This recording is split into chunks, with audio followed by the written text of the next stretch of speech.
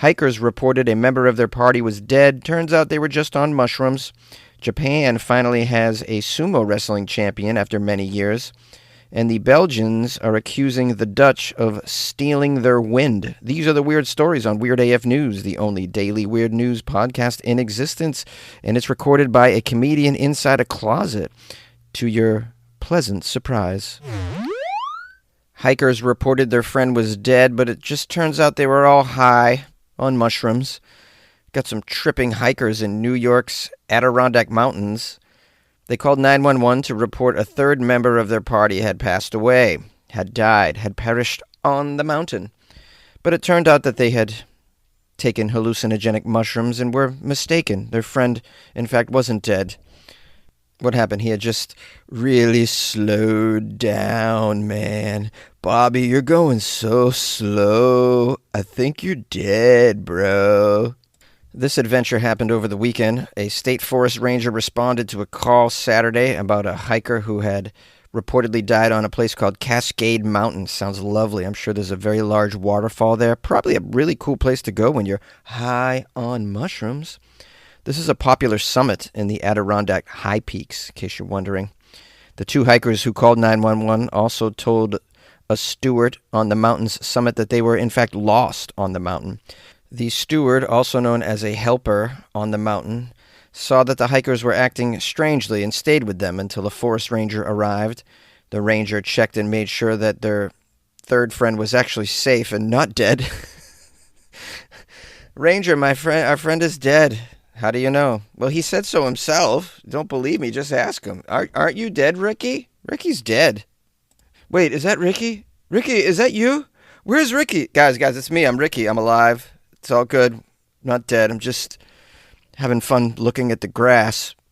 It says the ranger also helped the hikers get down the mountain and into an ambulance. The steward that was there, the helper, determined that the hikers were in an, quote, altered mental state, according to the agency. It doesn't say how the steward determined that. Probably became suspicious when they described their dead friend as being purple with yellow spots, no mouth, no ears, and had arrived in a UFO. Thankfully, the supposed dead individual was not even injured, so probably just was probably having an amazing time and didn't want to be found. Just kind of wandered off because these other idiots were acting, stupid. And, you don't want to be around stupid people when you're tripping. That'll just ruin the high. So it's like, you know what? I'm going to get away from these two morons. I'm going to go explore this cave. Next thing you know, they're like, where is he? Where is he? Where is he? Where was I? I was communing with God is what I was doing.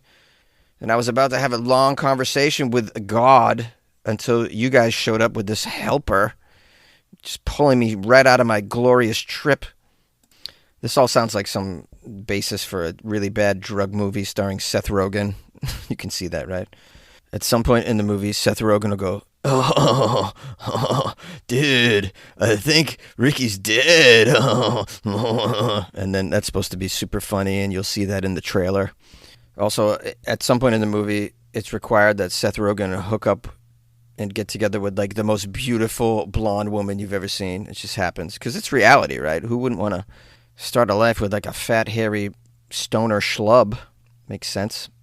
Okay, let's round out this article with a message from the police. They just want to remind us about using drugs. Should we listen to them? Let's hear what they have to say about it. Probably drugs are bad, and you probably shouldn't hike on them. The police want to remind everyone that using drugs like magic mushrooms while hiking can be dangerous. It can make people confused, cause them to call for help when they don't really even need it. So it's better to stay clear-headed and careful when you're out in nature in order to stay safe. Well, I don't know, bro. I kind of like to be out in nature when I'm on those substances. I mean, when you're on mushrooms and you're in a huge urban setting, like a big, noisy city, that's really no bueno.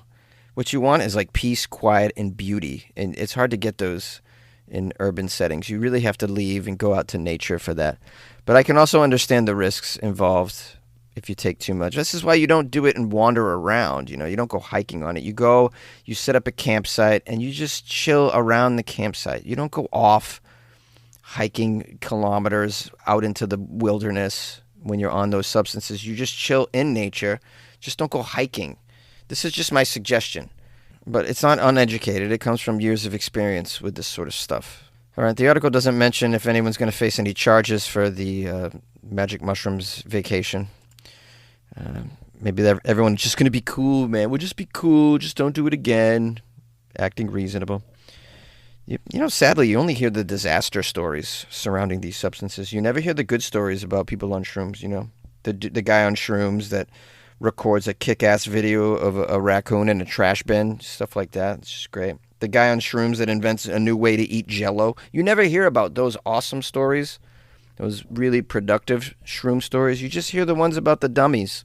Sadly, some bad PR for shrooms.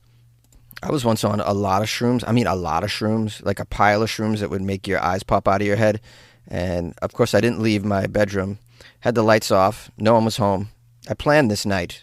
I was going to commune with God. And I did sort of do that, but what I was really enjoying was being on my bedroom floor and just discovering all these really cool, twisted pretzel ways I could put my body into. I think I discovered new yoga poses that evening.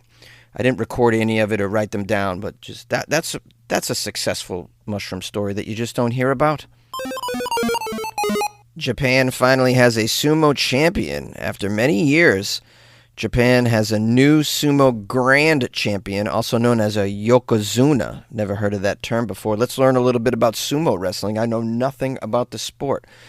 This is a big news because the yokozuna, this sumo grand champion, is a Japanese individual. I guess they haven't had one in a while. Strange, considering they invented the sport, didn't they? It's kind of sad if you invent a sport and then you go years on like an empty streak.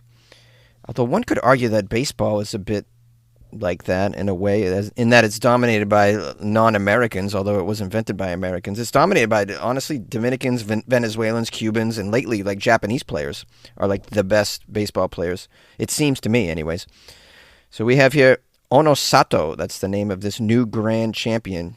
He weighs 191 kilograms, which is 421 pounds. Ooh, listen, this guy has got some girth. It's a big old girthy sumo wrestler.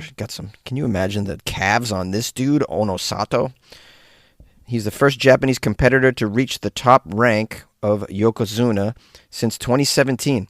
By comparison, the average weight of an NFL lineman, in case you're wondering, is 140 kilos, which is just over 300 pounds. Why don't they have sumo wrestlers play NFL football? I mean, have they tried that yet? I assume they probably tried that. You can make a hell of a lot more money, I assume, playing NFL than what you would make sumo wrestling. But I don't know. It's probably... Let's look up. What does a sumo champion make? It says here, sumo wrestlers' incomes vary greatly depending on their rank and their performance. While the top-ranked wrestlers like Yokozuna can earn substantial sums, including monthly salaries and prize money, lower-ranked wrestlers rely more on stipends and have very limited earning potential.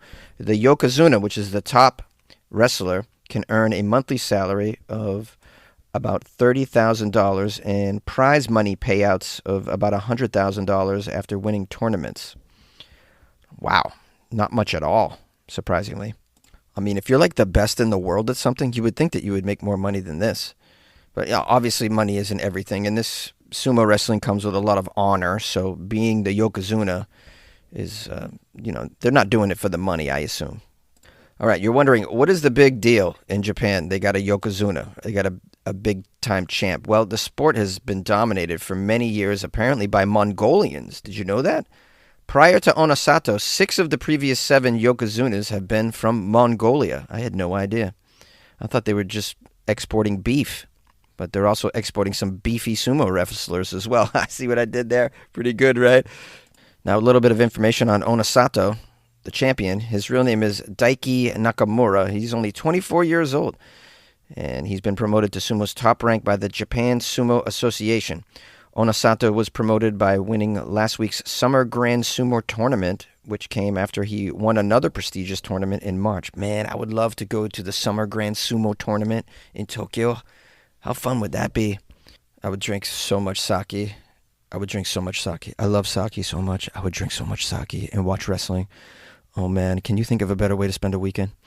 Okay, we got a quote from Onosato. He says, I will work hard as a yokozuna to encourage and cheer up the Ishikawa Prefecture and the Noto region, which is where he's from.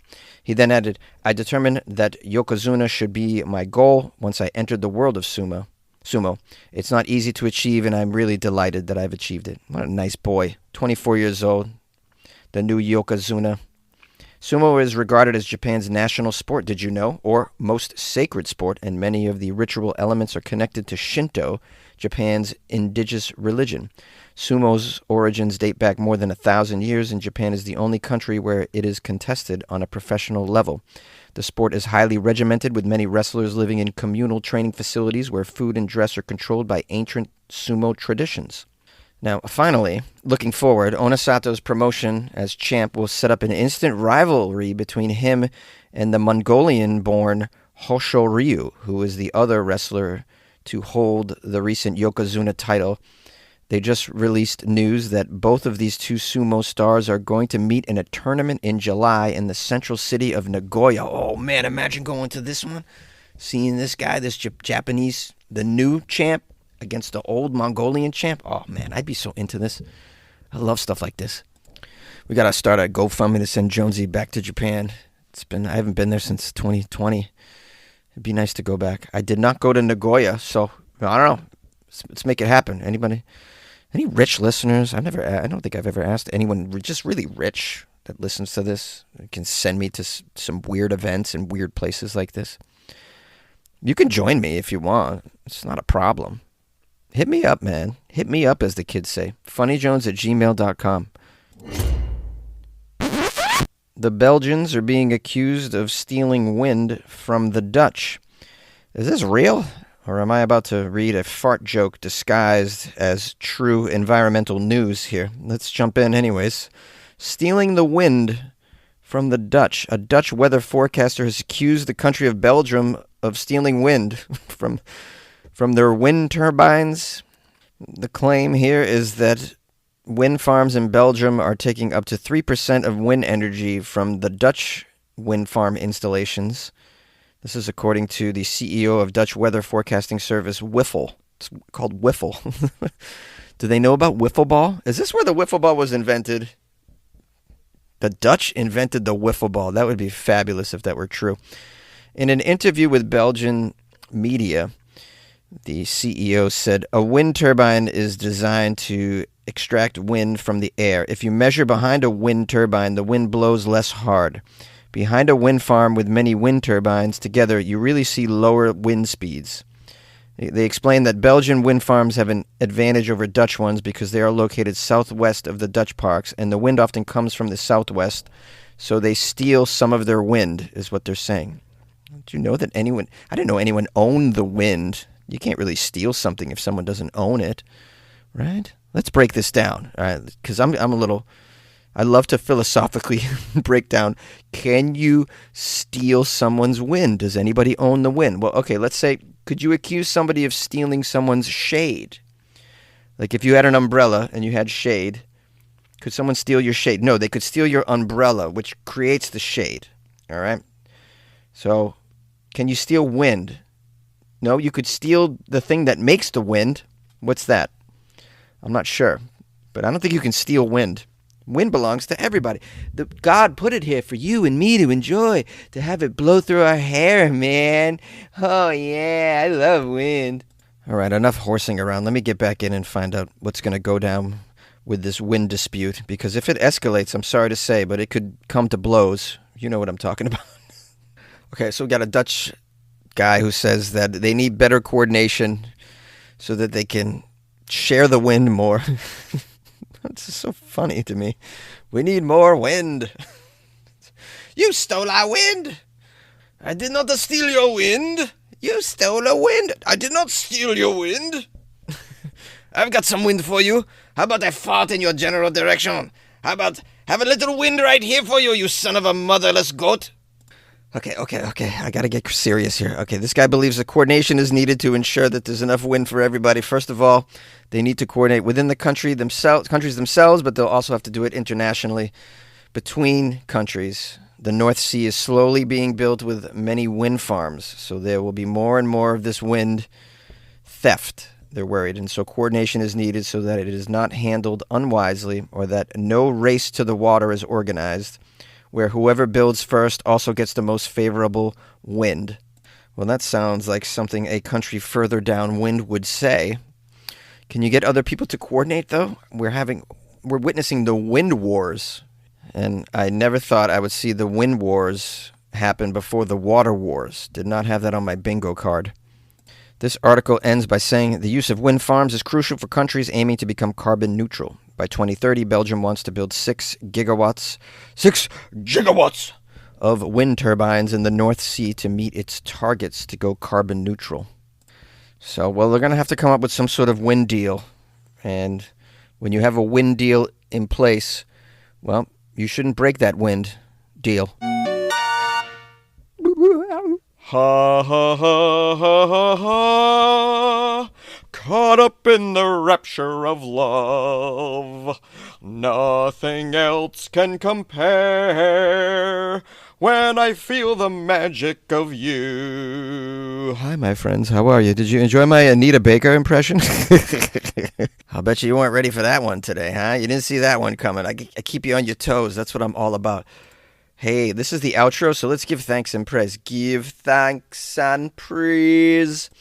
First of all, we got people buying me coffees. So Jojo bought me 5 coffees. Isn't that generous of Jojo? Jojo is amazing. Jojo lives in Texas and has been a big fan of the show for a long, long time. And she's lovely and awesome. And so I want to give a big shout out to Jojo. She didn't write a note of anything when she bought the coffees, which you can write me a little love note. But I can read Jojo's mind. I know what she's thinking. And I appreciate that, Jojo. Keeping me in your thoughts. Adam Mobley bought me a coffee off my website. Adam Mobley wrote, "Hi, Jonesy. I've just been thinking of you and all your hard work to make me laugh 5 days a week. I sold all my Bitcoin to get enough to hook you up with whatever sates your thirst, bro. Thanks for your dedication." Well, I can't even read Adam's. I'm so sorry. Thanks for your dedication. Good luck with your life, man.